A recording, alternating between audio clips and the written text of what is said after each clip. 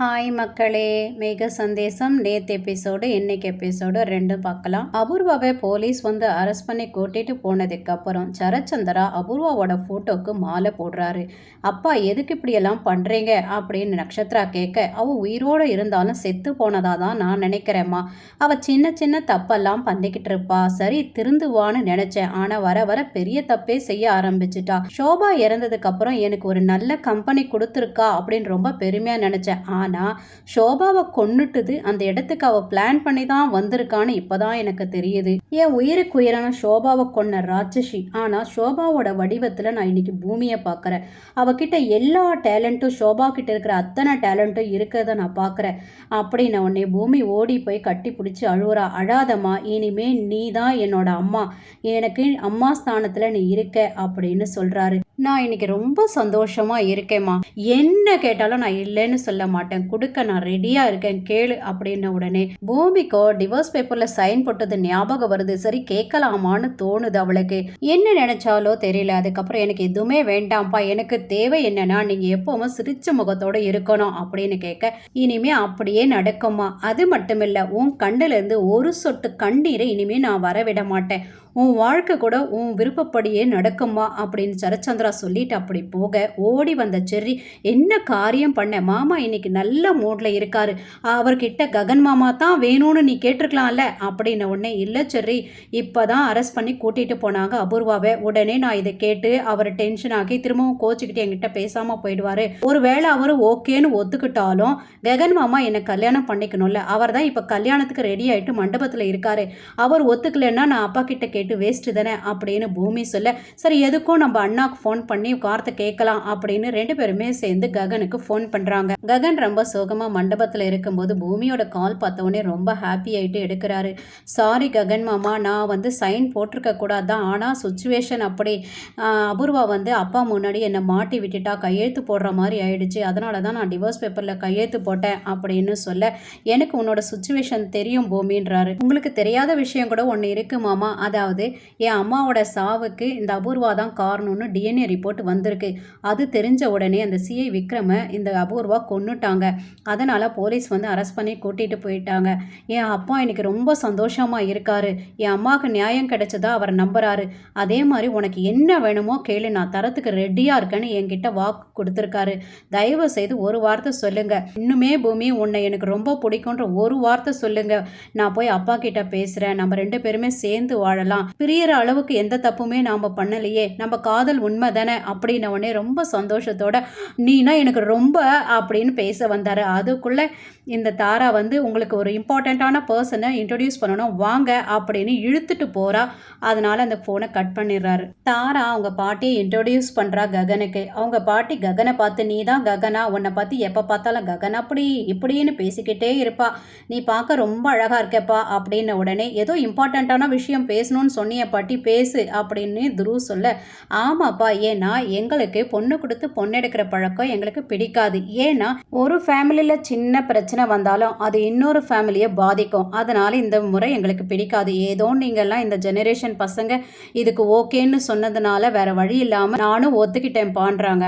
அப்புறம்ப்பா, உன் அப்பாவும் அம்மாவும் சேர்ந்து தான் உன் தங்கச்சியை கன்னியாதானம் செஞ்சு கொடுக்கணும் அப்படின்னு கண்டிஷன் வைக்கிறாங்க. இங்கே சாரதாக்கு கேபி ஃபோன் பண்ணி, இந்த பொண்ணு கல்யாணத்தில் நான் இல்லாமல் இருந்தால் நல்லா இருக்காது, நான் கண்டிப்பாக வருவேன், என் கையால் தான் கல்யாணம் நடக்கணும் அப்படின்னு சொல்ல, நடக்கிற காரியத்தை பேசுங்க அப்படின்னோடனே, நடக்கும், நீ கோயிலுக்கு வா, உங்ககிட்ட பேசி முடிவெடுக்கணும் அப்படின்னு கேபி சொல்ல, இந்த நேரத்தில் கல்யாணத்தை வச்சுக்கிட்டு நான் வந்து உங்களை கோயிலில் பார்ப்பேனா அப்படின்னு பேசிட்டு இருக்கும்போதே பூரி வந்து, அம்மா தாராவோட பாட்டி வந்திருக்காங்களா, உங்களை பார்க்கணும்னு சொன்னாங்களாம், வா அப்படின்னு சொல்லி கூட்டிட்டு போறா. சாரதா கிட்ட பாட்டி சொல்றாங்க, இங்க பாருமா, உன் வீட்டுக்கார் கையால தான் எல்லா ஃபங்க்ஷனும் நடக்கணும், அதுதான் எங்களுக்கு கௌரவமா இருக்கும், நீயும் உங்க பிள்ளையும் பேசி முடிவெடுங்கம்மா அப்படின்னு சொல்லும்போது தாராவும் துருவும், பாட்டி இது தேவையில்லாதது பாட்டி அப்படின்னோடனே, உங்களுக்கு ஒன்றும் தெரியாது வாங்கடா அப்படின்னு ரெண்டு பேருமே கையை பிடிச்சி இழுத்துட்டு போறாங்க.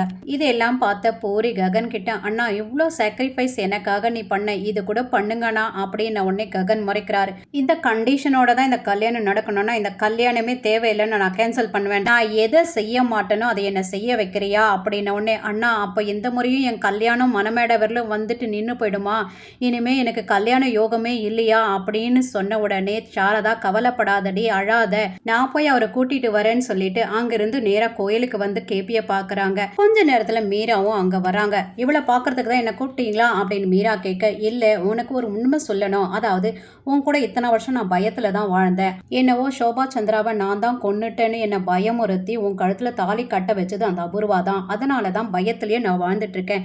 இனிமேலாவது நான் சாரதாவோட வாழணும், அவ வாழ்க்கையை நான் சரி பண்ணணும், என் குழந்தைங்களுக்கு தேவையான உரிமைகளை நான் கொடுக்கணும். அங்க கஷ்டமோ நஷ்டமோ நான் அங்க வாழ்ந்துக்கிறேன் கொஞ்ச நாள் அப்படின்னு சொல்றாரு. அந்த நேரம் ககன் வந்து நிக்கிறார். பாப்பா ககன், நீ கொஞ்சம் நியாயத்தை பத்தி பேசுவே, உனக்கு கொஞ்சம் ரோஷம் இருக்கும் அப்படின்றதுக்காக தான் நான் உன்னை இங்க வர சொன்னேன்.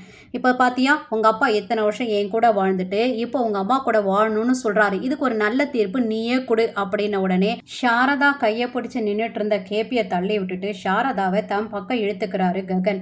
இப்போ எங்களுக்கு நீ தேவை இல்லை. என் சின்ன வயசுல ஹீரோவா நினைச்சிட்டு இருந்த அந்த ஹீரோ இப்போ செத்து போயிட்டாரு அப்படின்ன உடனே அந்த ஹீரோக்கு ஒரு சான்ஸ் கொடுறா அப்படின்னு கேபி கெஞ்ச, எங்களுக்கு தேவை இல்லைன்றார். கேபிக்கு கோவம் வந்து, ஏய் நிறுத்துடா, இது ஏன் பொண்டாட்டி, எனக்கு தான் முதல் உரிமை அப்படின்னு சொல்லும்போது உனக்கு சொல்ல வெக்கமா இல்லை அப்படின்னு தள்ளி விட்டுறாரு. இதுக்கு மேலே ஏதாவது பேசினா உன்னை கொன்னே போட்டுருவேன் அப்படின்னு சொல்லும்போது உடனே மீரா வந்து, உங்க அம்மாவை வேணா கூட்டிட்டு போ, அதுக்காக என் வீட்டுக்காரன் இப்படியெல்லாம் பேசுறதுக்கு நான் அலோ பண்ண மாட்டேன்றாங்க. திரும்பவும் அங்க சண்டை வர வேணான்னு வலுக்கட்டாயமா ககனை இழுத்துட்டு வந்துடுறாங்க சாரதா.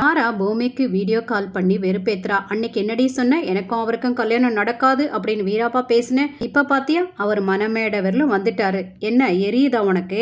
எரியணும், அதுக்காக தானே நான் உனக்கு வீடியோ கால் பண்ணி பேசிட்டு இருக்கேன். எங்க இருந்தாலும் என் கல்யாணம் எப்படி நடக்குமோ ஏது நடக்குமோன்னு ஆராய்ச்சி பண்ணிக்கிட்டே இருப்பல்ல. சரி, எனக்கு டைம் ஆகுது, என் கல்யாணம் எப்படி நடக்குமோன்னு நீ கற்பனையில இருப்பல்ல, அந்த கற்பனைக்கே நான் விட்டுறேன், இமேஜின் பண்ணிக்கோன்னு சொல்லிட்டு போனை கட் பண்றா. கல்யாணத்தை தடுத்து நிறுத்தலான்னு சொல்லிட்டு செரிய கூட்டிட்டு போறா. அவ போற நேரம் தாலி கட்டி முடிஞ்சிருக்கு.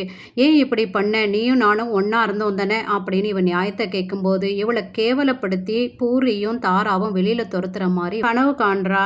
அவ மனசாட்சி இப்படி அப்படியுமா பல கொஷின்ஸை கேட்குது. வாழணுமா சாகணுமா, லவ் பண்ணுவோம், இப்படி விட்டுட்டு போயிட்டானே, வாழ்க்கை இருண்டா போச்சு, எதுக்காக இப்படி ஆச்சு அப்படின்னு இப்படி அப்படியே மாறி மாறி கேட்டுக்கிட்டு வேற வழி இல்லாம போய் பாய்சனை குடிக்கிறா. அது செர்ரி பார்த்துடுறாரு. பார்த்துட்டு வந்து தடுக்கிறாரு. ஐயோ அவசரப்பட்டுட்டிய பூமி, எதுக்காக இப்படி பண்ண அப்படின்னா, நான் காதலிச்சவன் இன்னொரு பொண்ணை கல்யாணம் பண்ணிக்கும் போது எப்படி நான் உயிரோடு இருக்க முடியும், அதை பார்த்துக்கிட்டு என்னால் வாழ்க்கை ஃபுல்லாக இருக்க முடியாது, என் வாழ்க்கையை நான் முடிச்சுக்கிறேன். ஆனால் ஒரு விஷயம் பண்ணு, நான் சாகிறதுக்குள்ளே நான் அவரை போய் பார்க்கணும், என்னை கூட்டிகிட்டு போ அப்படின்னு கேட்குறா. இல்லை நான் உன்னை ஹாஸ்பிட்டலுக்கு தான் கூட்டிகிட்டு போவேன்னு சரி சொல்ல, இல்லை என்னை அவர்கிட்ட கூட்டிகிட்டு போன்னு அவசரப்படுத்துகிறா. ககன் காரில் வந்துட்டு இருக்கும்போது நிறைய மிஸ்டு கால் வந்ததை பார்க்குறாரு. என்ன செர்ரி இவ்வளோ கால் பண்ணியிருக்கானே அப்படின்னு ஃபோன் பண்ணுறாரு. என்னடா ஆச்சு, இவ்வளோ முறை கால் பண்ணியிருக்கே அப்படின்னு கேட்க, பூமி பாய்சன் சாப்பிட்டுட்டா அப்படின்னு உடனே அவருக்கு ஷாக் ஆகுது. பூமி எதுக்கு இப்படி பண்ண? இல்லை நீ அந்த தாராவோட போகிறத நான் பார்க்க முடியாது, லாஸ்ட்டாக நான் உன்னை ஒரே ஒரு முறை பார்க்கணுன்னு ஆசையாக இருக்கேன், அது நடக்குமா நடக்காதான்னு எனக்கு தெரியலன்னு அழுதுகிட்டே ஃபோனில் பேச முடியாமல் பேசுகிறா. ஏன் முதல்ல அவளை ஹாஸ்பிட்டல் கூட்டிகிட்டு போடா, நான் ஹாஸ்பிட்டலுக்கு வரேன்னு சொல்கிறாரு. சாரதா என்னடா ஆச்சு அப்படின்னு கேட்க, பூமி இந்த மாதிரி பண்ணிட்டாமான்னு சொல்கிறாரு. சரி சரி ஹாஸ்பிட்டலுக்கு போகலான்னு போகிறாங்க ரெண்டு பேருமே. இவ்வளோ என்ன ஹாஸ்பிட்டலுக்கு கூட்டிகிட்டு போகாத,